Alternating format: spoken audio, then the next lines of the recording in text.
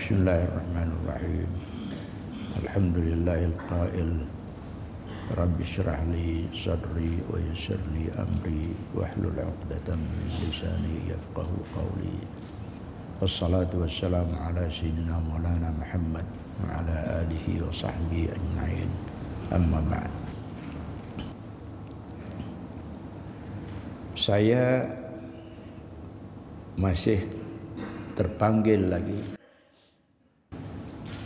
untuk terus bercakap mengenai Al-Quranul Karim. Jangan kita ni kelanguan, jangan kita ni bosan dengan Al-Quran.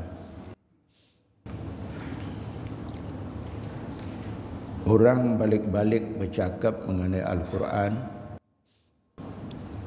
itu bukan sia-sia, bukan barang lapuk. Al-Quran adalah khazanah, perbendaharaan. Ia tidak kosong dan tidak pernah kering-kering. Walaupun kita terus-menerus mengautnya, kita kaut sebanyak mana yang kita mahu dari khazanah ini. Namun ia tetap begitu juga, tidak akan kurang-kurang, tidak akan luak untuk membekalkan berapa banyak juga ilmu dan faidah yang kita suka. Ini bukan pendapat kita, bukan cakap-cakap para sarjana, bukan pandai-pandai orang mengatakannya demikian, bukan.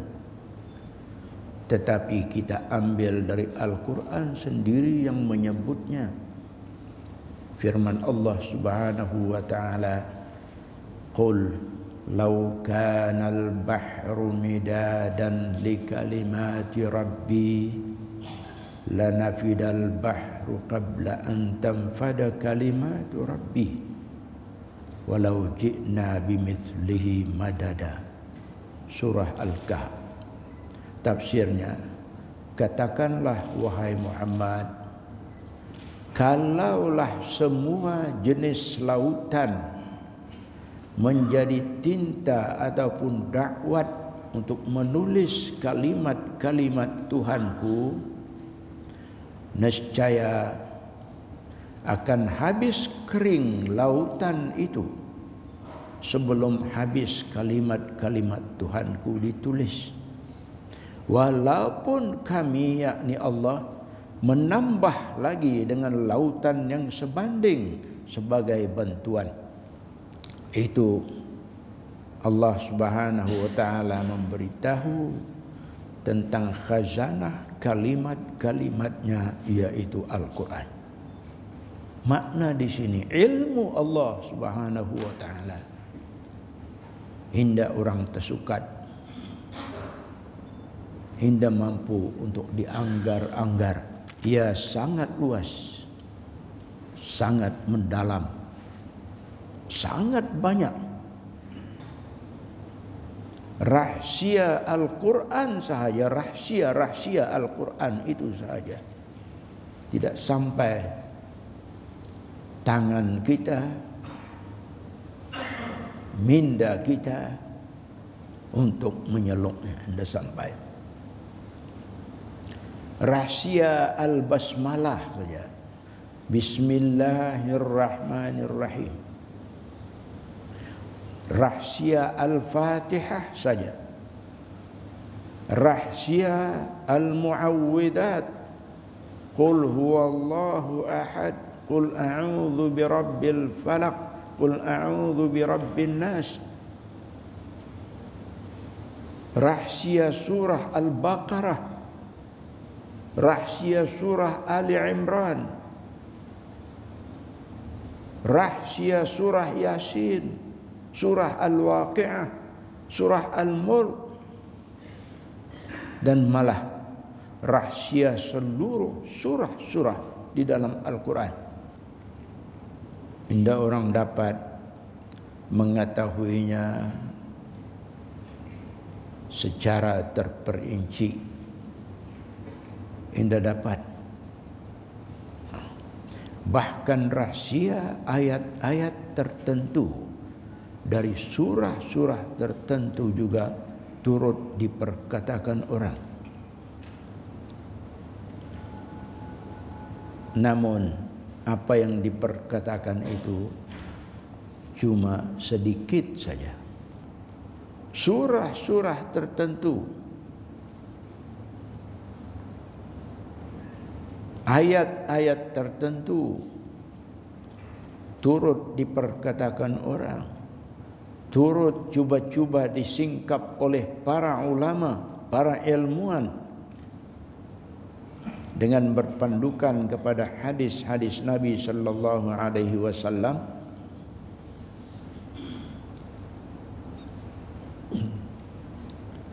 Maka di sana dikaranglah oleh orang kitab-kitab mengenainya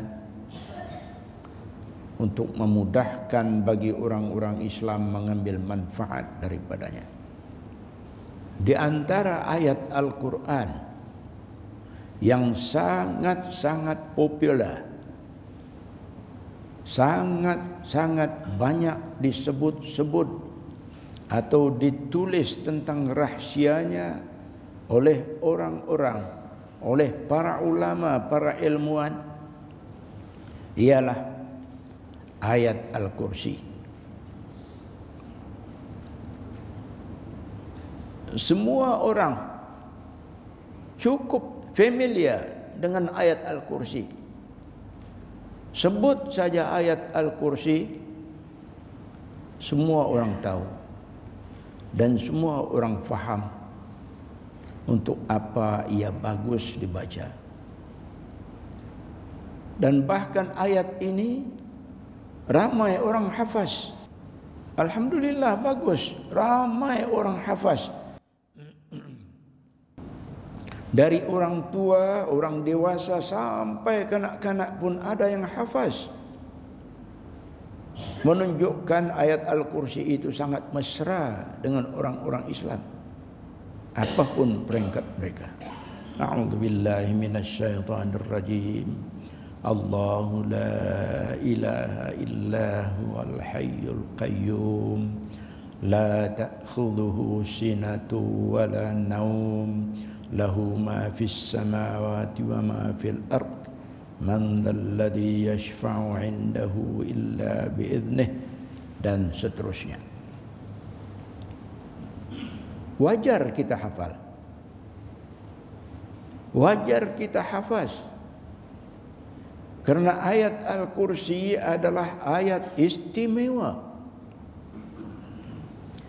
Ia turun kepada Nabi sallallahu alaihi wasallam selepas hijrah dan turun bersama-samanya 40.000 malaikat. Dalam satu riwayat lain 80.000.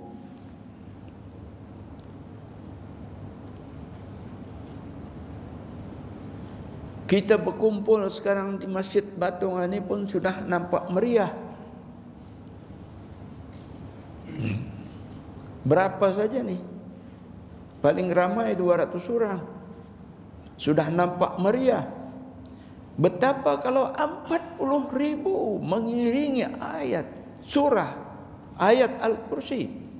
40.000. Setengah riwayat lagi 80.000 para malaikat sama-sama mengiringkan ayat ini turun kepada Rasulullah sallallahu alaihi wasallam. Bayangkan. Menunjukkan hebatnya ayat ini, menunjukkan istimewanya ayat ini. Sebaik-baik saja ayat Al-Kursi ini turun kepada baginda sallallahu alaihi wasallam,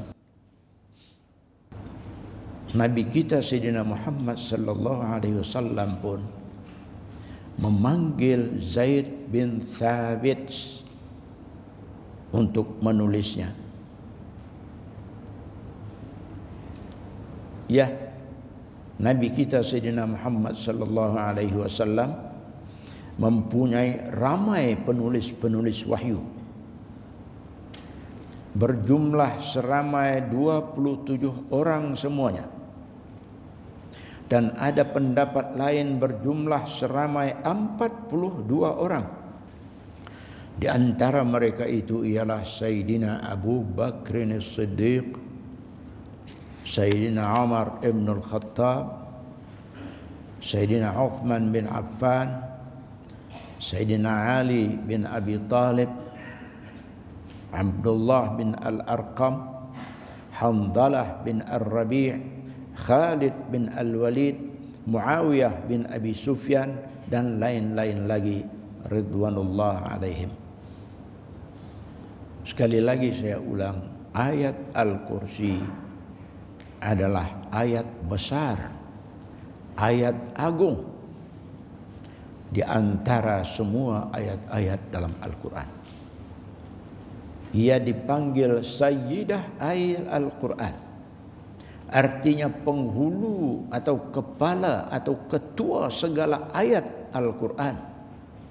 Sebagaimana hadis Nabi sallallahu alaihi wasallam likulli syai'in sanamun wa anna sanamul Qur'ani suratul Baqarah wa fiha ayah hiya sayyidah ayat Al-Quran, ayat Al-Kursi.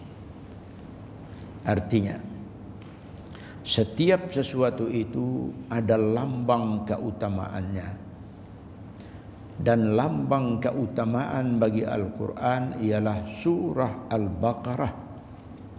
Dan dalam surah Al-Baqarah ini ada satu ayat yang menjadi penghulu atau kepala atau ketua kepada segala ayat dalam Al-Quran, yaitu ayat Al-Kursi.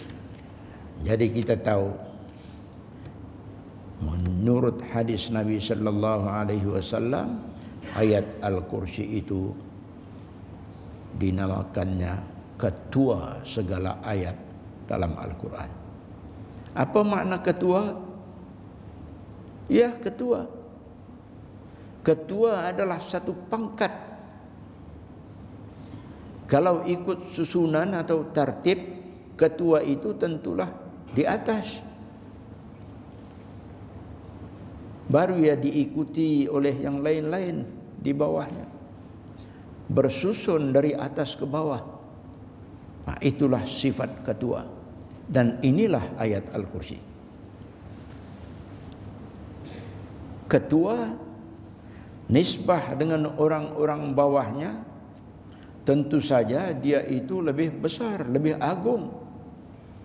Nah, inilah yang disebut oleh hadis riwayat Al-Imam Ahmad, Al-Hakim dan Al-Baihaqi mengenai ayat Al-Kursi daripada Abu Dzar Al-Ghifari radhiyallahu anhu, katanya, qultu ya Rasulullah ma unzila alaika a'zam, qala ayatul kursi. Artinya, saya yakni Abu Dzar bertanya, wahai Rasulullah, apa ia yang diturunkan kepada Tuhan yang paling agung? Menjawab baginda, ayat Al-Kursi. Nama ayat Al-Kursi ini banyak.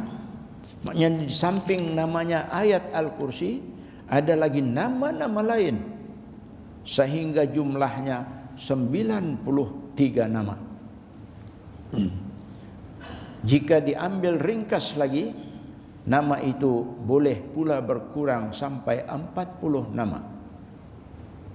Di antara nama-nama yang sejumlah itu seperti satu, Ashrafu Ayil Quran, artinya semulia-mulia ayat Al-Quran. Berdasarkan hadis Nabi sallallahu alaihi wasallam dari Ibn Abbas radhiyallahu anhuma, Nabi bersabda, Ashrafu surati fil Quran Al-Baqarah wa asyrafu ayah fihi ayatul kursi. Maksudnya semulia-mulia surah dalam Al-Quran ialah surah Al-Baqarah, dan semulia-mulia ayat dalam Al-Quran juga ialah ayat Al-Kursi. Jadi dinamakanlah ia asyrafu ayatul Quran, semulia-mulia ayat Al-Quran. Itu satu. Nama lain lagi, ayat Al-Kursi juga dipanggil ayatul Fathi. Artinya ayat pembawa kemenangan, ayat kemenangan. Ayat Al-Kursi itu namanya ialah ayat kemenangan, ayat pembuka pintu-pintu kemenangan. Dan puncak dari segala kemenangan itu apa? Tidak lain dan tidak bukan ialah kita dapat memasuki syurga Allah Ta'ala. Berdasarkan hadis, man dawama ala qiraati ayatil kursi kulla yaumin bi'adadi kalimatiha atau bi'adadi hurufiha fatahallahu alaihi abwabal arzaqi wal khairati wal hasanati kama futiha lahu abwabul jannati tsamaniyah. Maksudnya, barang siapa melazimkan, membiasakan membaca ayat Al-Kursi pada tiap-tiap hari dengan bilangan kalimat-kalimatnya atau dengan bilangan huruf-hurufnya, niscaya Allah membuka untuknya pintu-pintu rezeki, pintu-pintu kebajikan, sebagaimana dia juga membuka untuk orang ini pintu-pintu syurga yang 8. Bilangan kalimat ayat Al-Kursi berapa? 50 kalimat. Bilangan hurufnya pula 170 huruf. Kita pilih. Boleh pilihlah mana satu yang kita mampu untuk dibuat. Atau yang penting membaca. Selalu membaca. Mengapa kita katakan yang penting membaca dan selalu membaca? Kita mengambil kira ungkapan hadis tadi, yang awal-awal tadi, man dawama ala qiraati ayatil kursi kulla yaumin. Barang siapa yang melazimkan dirinya, membiasakan dirinya membaca ayat Al-Kursi pada tiap-tiap hari. Misalnya, kita membaca pada tiap-tiap lepas sembahyang fardu. Kita jadikan ia wirid. Dalam wirid lepas sembahyang ada ayat kursi. Itu wirid panjang.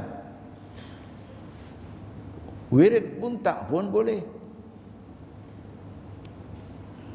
Selain daripada maghrib, selain daripada subuh,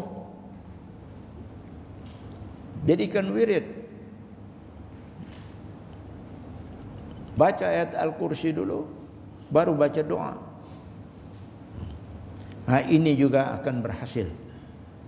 Sebagaimana riwayat, barang siapa membaca ayat Al-Kursi selepas tiap-tiap sembahyang fardu, dibukakan baginya ke-8 pintu syurga, dan dia boleh masuk dari mana satu yang dia suka. Ini saya ambil daripada petikan hadis Nabi sallallahu alaihi wasallam juga. Kita sembahyang fardu 5 kali sehari. 5 kali itu kita simbat baca ayat Al-Kursi, jadi mengikut hadis. Tetapi soalnya siapa yang teringat untuk membacanya 5 kali sehari saja?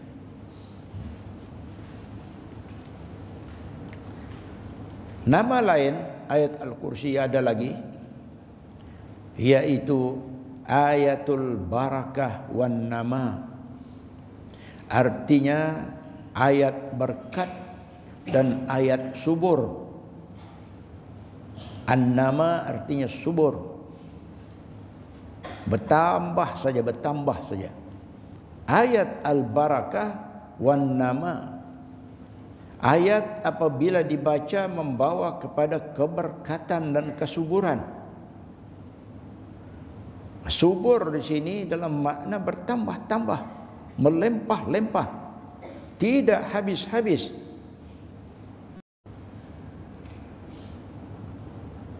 Kalau rezeki bertambah, melimpah, tidak habis-habis. Itulah makna al-barakah wan nama.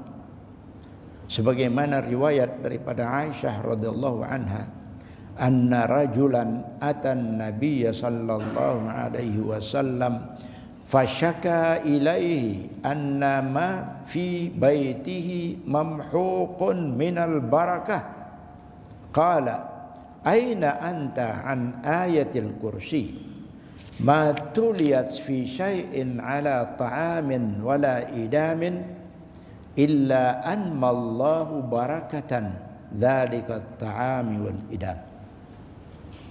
Maksudnya, seorang lelaki pernah mendatangi Nabi sallallahu alaihi wasallam dan dia mengadu bahawa apa yang ada di dalam rumahnya semuanya menunjukkan tidak ada berkat atau hilang berkat. Nabi diadu oleh seorang laki-laki, ya Rasulullah, dalam rumahku ini nampak-nampaknya tidak ada berkat. Mungkin yang mendapati dalam rumahnya ini rezeki selalu tuhus, tidak ada kegembiraan dalam keluarga, masuk rumah saja kusut hati. Jadi dia melihat ini rumahku ini tentu tidak ada berkat. Diadukannya kepada Nabi sallallahu alaihi wasallam, ya Rasulullah, apa yang ada dalam rumah saya ini tidak ada berkat. Maka Nabi sallallahu alaihi wasallam bersabda kepadanya, di mana engkau dengan ayat Al-Kursi? Artinya, mengapa anda baca ayat Al-Kursi?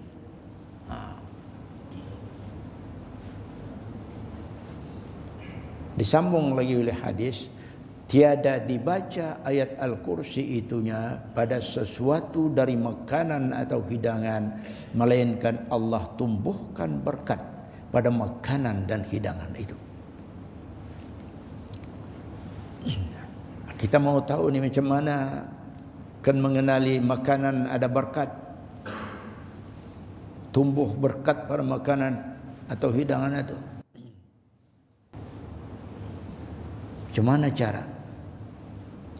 Ini dicuba oleh orang.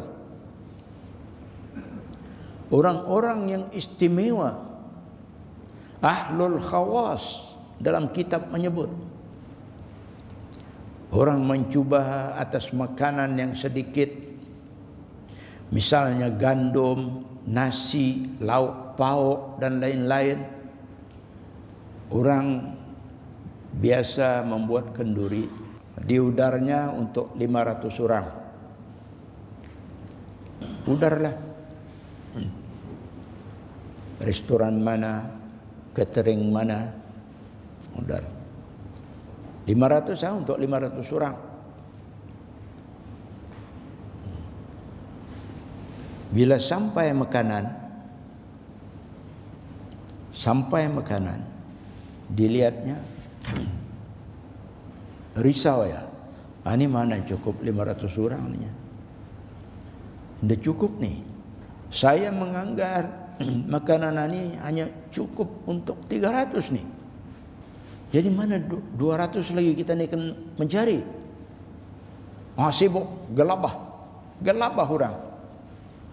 Takut kalau tetamu datang 500, makanan dah cukup. Memang kita ni malulah. Dalam situasi macam ini, orang-orang istimewa pernah mencuba baca ayat Al-Kursinya atas makanan yang sedikit yang kamu katain dah cukup ni. Baca ayat Al-Kursi, kemudian tiup sedikit ke atas makanan. Cuba lihat, insya-Allah makanan yang kita ni anggap sedikit, datanglah 500 orang, insya-Allah akan cukup.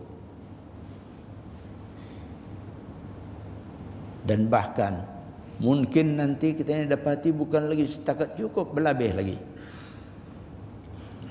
Ini sudah dicuba orang-orang al-khawas, orang-orang istimewa,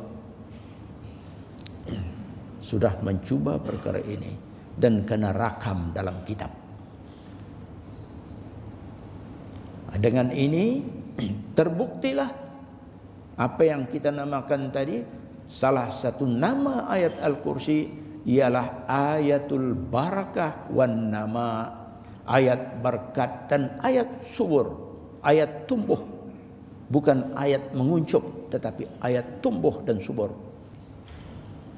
Ayat Al-Kursi juga bernama sifatullah ta'ala, sifat Allah. Dalam masa Mi'raj Nabi sallallahu alaihi wasallam, baginda ternampak pada Lauh Mahfuz 3 cahaya pada 3 tempat. Misalnya tempat sana ada cahaya, tempat sini ada cahaya, tempat sini pun ada cahaya. Jadi Nabi sallallahu alaihi wasallam mahu tahu cahaya apa ini? Yang 3 ini cahaya apa? Baginda bertanya tentang 3 cahaya tadi. Ya Rabb, ma hadhil anwarus thalatha? Qala hiya mawdi'u ayatil kursi wa yasin wa qul huwallahu ahad. Qultu ya Rabb, ma thawabu ayatil kursi? Faqala hiya sifati man qara'aha marratan yanzuru wajhi yaumal qiyamah. Maksudnya, wahai Tuhanku, Nabi bertanya, apa ia 3 cahaya ini? Berfirman Allah Ta'ala menjawab, ia adalah tempat bagi ayat Al-Kursi. Satu cahaya ini yaitu tempat ayat Al-Kursi. Di mana ayat Al-Kursi? Inilah yang membawa cahaya. Yang kedua, ya Allah Ta'ala, cahaya yang satu lagi bagi surah Yasin. Dan cahaya yang satu lagi bagi qul huwallahu ahad. Artinya ayat Al-Kursi, surah Yasin dan qul huwallah adalah 3 ayat yang hebat, yang mengeluarkan cahaya pada Lauh Mahfuz. Aku bertanya lagi, ya Nabi, apakah pahala ayat Al-Kursi itu, wahai Tuhanku? Menjawab Allah Subhanahu wa ta'ala, ayat Al-Kursi itu adalah sifatku. Barang siapa yang membacanya sekali, orang itu akan memandang wajahku pada hari kiamat kelak. Insya Allah, orang membaca ayat Al-Kursi akan dapat melihat wajah Allah pada hari kiamat kelak. Melihat wajah Allah ini, saudara, adalah idaman bagi semua orang-orang beriman. Karena dapat melihat wajah Allah adalah nikmat. Nikmat atas nikmat. Bahagia atas bahagia. Ayat Al-Kursi juga namanya ialah Al-Ayatul Hafidhah. Artinya ayat pemelihara. Barang siapa yang membacanya, orang itu terpelihara dalam semua perkara dan keadaannya. Sebagaimana riwayat dari Ibnu Mas'ud radhiyallahu anhu katanya, qala rajulun ya Rasulullah allimni syai'an yanfa'uni Allahu bih. Qala iqra ayatal kursi fa innahu yahfaduka wa dhurriyyataka wa yahfadu daraka hatta duwairat haula darika. Maksudnya, berkata seorang lelaki bertanya kepada Nabi, wahai Rasulullah, ajarkanlah kepada saya sesuatu supaya Allah mendatangkan manfaat kepada saya dengannya. Maka bersabda Nabi menjawab, bacalah ayat Al-Kursi. Sesungguhnya ayat ini akan memeliharamu dan memelihara zuriatmu, keturunanmu, dan memelihara rumah kediamanmu, malah rumah-rumah di sekeliling rumahmu. Maknanya rumah-rumah jiran kita ni pun akan terpelihara sama. Walaupun ia tidak tahu apa-apa, kita ni membaca di rumah, tetapi ia akan dapat sama pemeliharaan daripada Allah Subhanahu wa ta'ala. Tidak hebat macam manakah ini? Ada lagi nama yang lain. Nama yang lain ayat Al-Kursi ialah Al-Ayatul Harisah. Ayat pengawal, ayat penjaga. Macam-macam yang dijaga, macam-macam yang dikawal. Nyawa dijaga, tubuh badan dijaga, harta benda dijaga. Orang-orang arif billah sangat-sangat memahami perkara ini. Mereka tidak melepaskan peluang beramal dengannya. Contohnya, seorang sahabat besar yang terkenal dengan kekayaannya yang melimpah-limpah, sahabat Abdurrahman bin Auf radhiyallahu anhu, apabila beliau itu masuk rumah, jadi kebiasaannya dia tidak lupa membaca ayat Al-Kursi. Bukan sekali baca, tetapi membaca pada 4 penjuru rumahnya dengan tujuan untuk mendapatkan penjagaan dan pengawalan dari segala kejahatan, termasuk untuk melindungi diri daripada syaitan. Ini orang yang faham bagaimana dia memanfaatkan khazanah yang istimewa ini dengan sebaik-baiknya.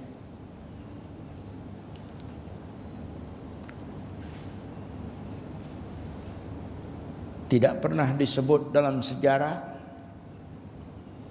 Abdurrahman bin Auf yang kaya raya itu kehilangan uang, kehilangan barang, kerusakan uang, kerusakan barang. Tidak pernah disebut dalam sejarah. Walaupun ia kaya raya, masa itu mana ada bank?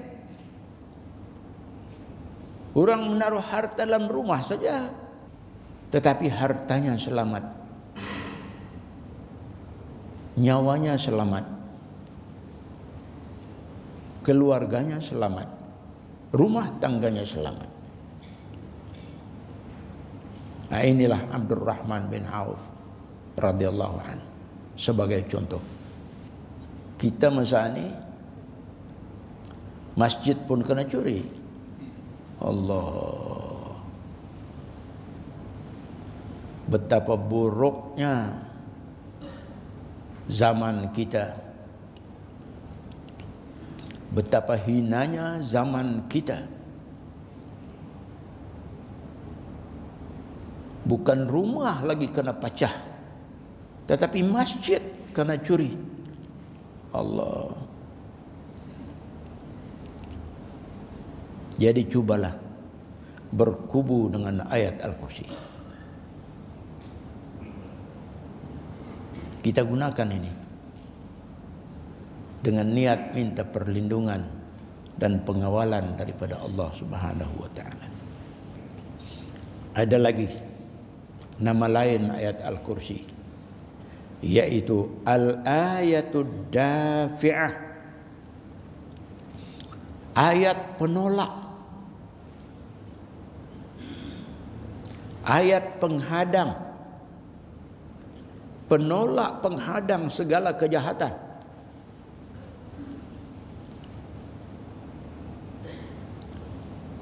Penolak bencana, penolak bala bencana, penolak penyakit, perawat akhlak yang rosak, akhlak yang tidak bagus, menggantinya dengan akhlak yang baik, yang terpuji. Dan paling hebat lagi, penolak, penghalang para syaitan yang durjana. Ayat Al-Kursi juga diberi nama Al-Ayatul Muhsinah, ayat kubu, ayat perlindungan, ayat perisai. Barang siapa yang membacanya, Allah jadikan dia berada dalam kubu ketuhanan, dalam perisai ketuhanan. Bukan kubu yang dibuat oleh manusia, bukan perisai yang dibuat oleh manusia, bukan. Tetapi kubu ketuhanan, perisai ketuhanan, yang menjadikan orang yang berkubu, yang berperisai dengan ayat Al-Kursi ini, insya-Allah akan terpelihara dan terkawal daripada segala perkara yang ditakutinya.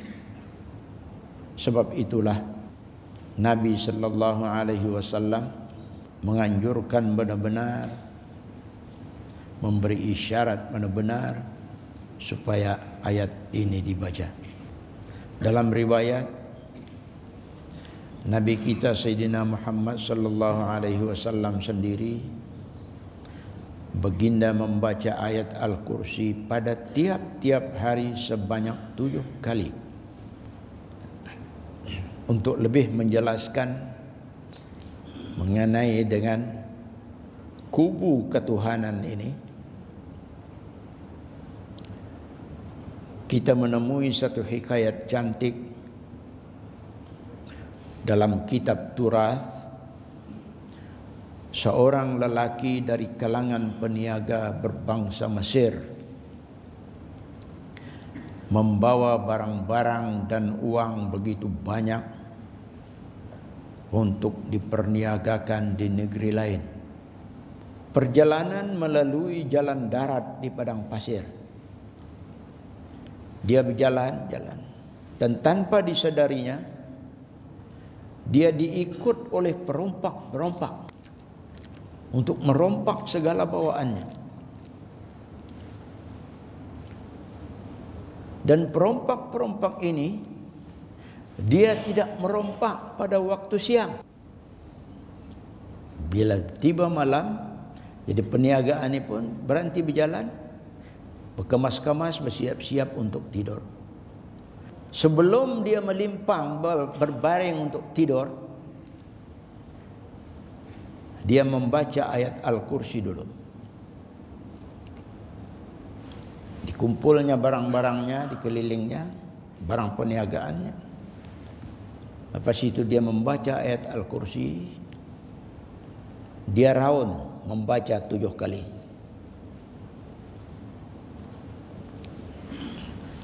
Ia di tengah-tengah, barang-barangnya pun di tengah-tengah. Raun membaca ayat Al-Kursi 7 kali, maknanya 7 penjuru baca.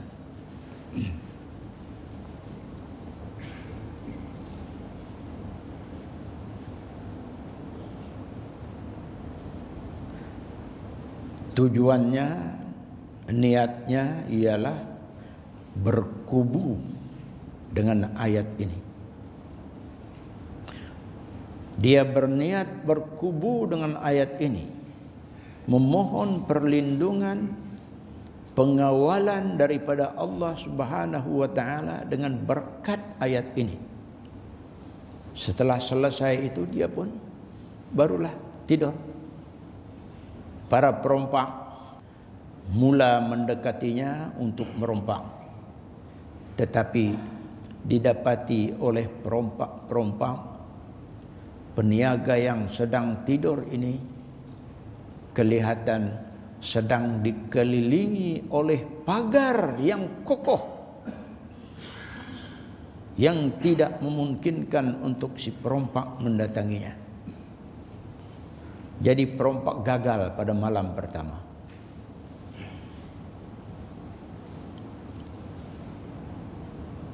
Siang peniaga berjalan balik, dan si perompak hendakan mengusik pada siang hari. Sampai datang malam kedua, perompak mencuba lagi untuk merompak, tetapi keadaan adalah sama saja. Peniaga didapati tidur dengan amannya, dikelilingi oleh pagar yang sangat kokoh, pagar yang sama dengan malam pertama. Jadi untuk kali keduanya perompak gagal lagi.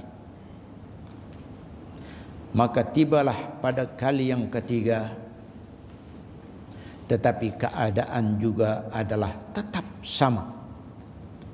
Pagar berdiri kokoh menghalangi para perompak untuk menunaikan hajatnya terhadap peniaga. Pada kali ini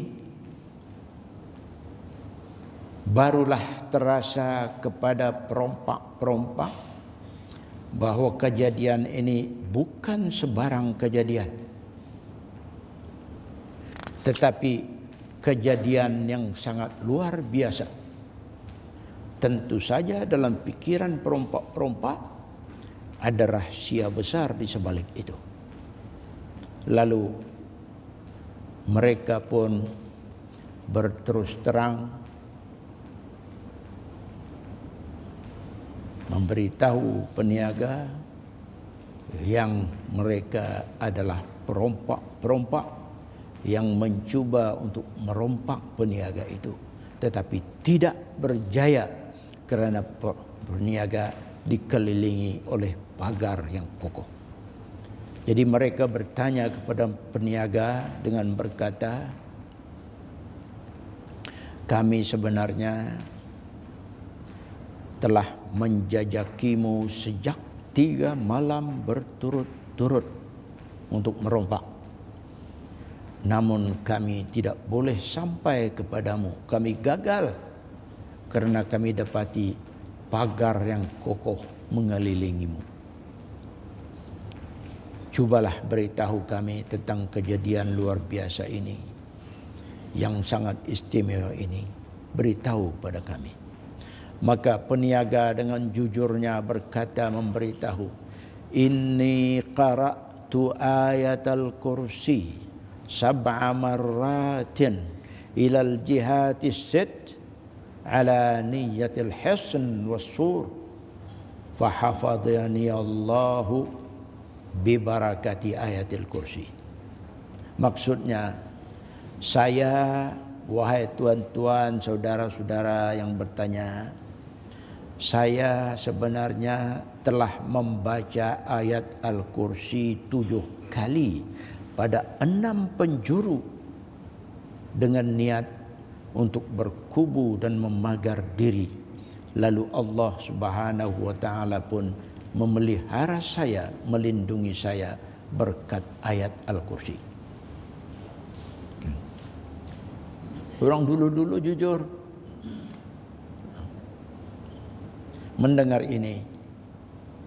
Menurut satu hikayat lain, perompak-perompak itu telah bertaubat di hadapan peniaga, tidak mahu merompak lagi untuk selama-lamanya, serta menjadikan peniaga itu sebagai rakan dan guru mereka.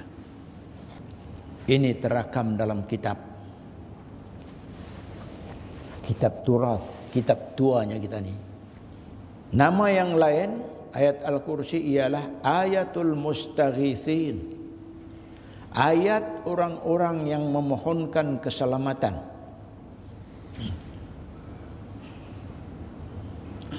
Apabila ditimpa musibah atau sedang berhadapan dengan musibah dan bahaya, maka bacalah ayat Al-Kursi ini.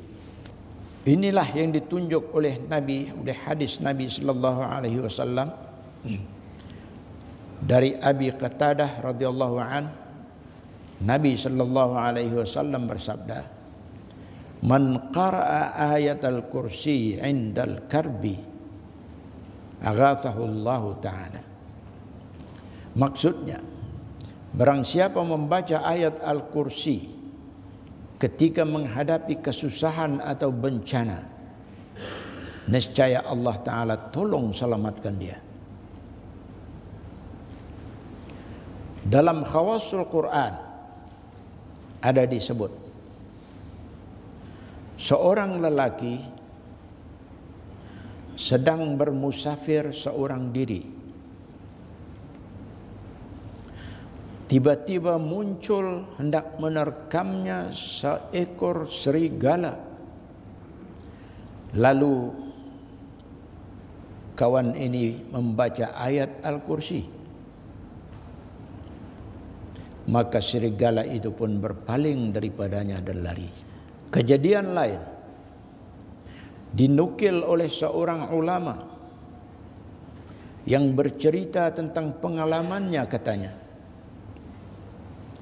kami dalam perjalanan bersama-sama dengan guru kami Al-Ustaz Al-Haj Ibrahim Afandi. Pada masa itu ialah musim sejuk. Musim sejuk. Hujan turun dengan lebatnya. Lepas hujan, salji pula turun dengan angin yang bertiup kuat, kencang, menjadikan kami tidak dapat meneruskan perjalanan dan malah tersesat jalan.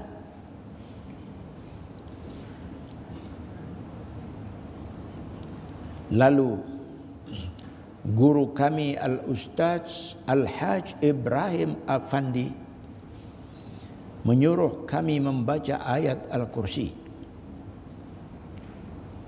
Apabila bacaan sampai kepada wala ya'uduhu hifdhuhuma wa huwal 'aliyyul 'azim,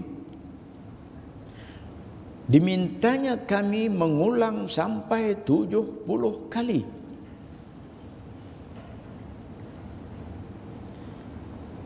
Kemudian dibaca terus ayat daripada awal lagi. Lapas iblis dia mengulang sekali baca, mengulang wala ya'uduhu hifdhuhuma wa huwal 'aliyyul 'azim 70 kali. Ribut belum berhenti, salji turun dengan lebatnya, Mereka baca terus lagi, ulang lagi balik membaca ayat Al-Kursi dari awal, dan apabila sampai kepada wala ya'uduhu hifdhuhuma wa huwal aliyyul azim, diulang pula 70 kali lagi, dan begitulah seterusnya, sehingga Allah Subhanahu wa taala dengan berkat ayat ini memancarkan matahari, keluar mataharinya dia.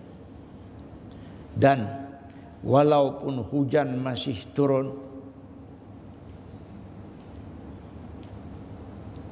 kalau tidak hujan salji lagi menimpa turun, namun kami tidak basah katanya. Karena hujan dan salji yang turun itu tidak menimpa kami. Ia hanya turun di sekeliling kami. Sehingga apabila kami sampai di negeri yang dituju, di destinasi yang dikehendaki, sudah sampai, orang ramai negeri tersebut jadi tercengang-cengang karena melihat kami tidak terjejas apa-apa. Indah basah, indah gelabah, indah kedinginan. Inilah satu kisah juga yang dinukil dalam kitab Turath, kitab tuanya kita ni. Saya secara pribadi tanpa ragu-ragu adalah mempercayai kisah ini. Sebenarnya banyak lagi saya nak cakap mengenai kehebatan ayat Al-Kursi ini. Dan ada satu isu yang penting juga diketahui. Ada orang berucap, kalau orang sakitnya kesarungan, kerasukan, jangan baca ayat Al-Kursi. Sebab ditakuti makhluk dalam badan kawan itu akan mati dan rosak. Hari ini akan saya jawab, akan saya terangkan pada siri yang akan datang insya-Allah. Sekian dulu. Wabillahi taufiq wal hidayah. Wassalamualaikum warahmatullahi wabarakatuh.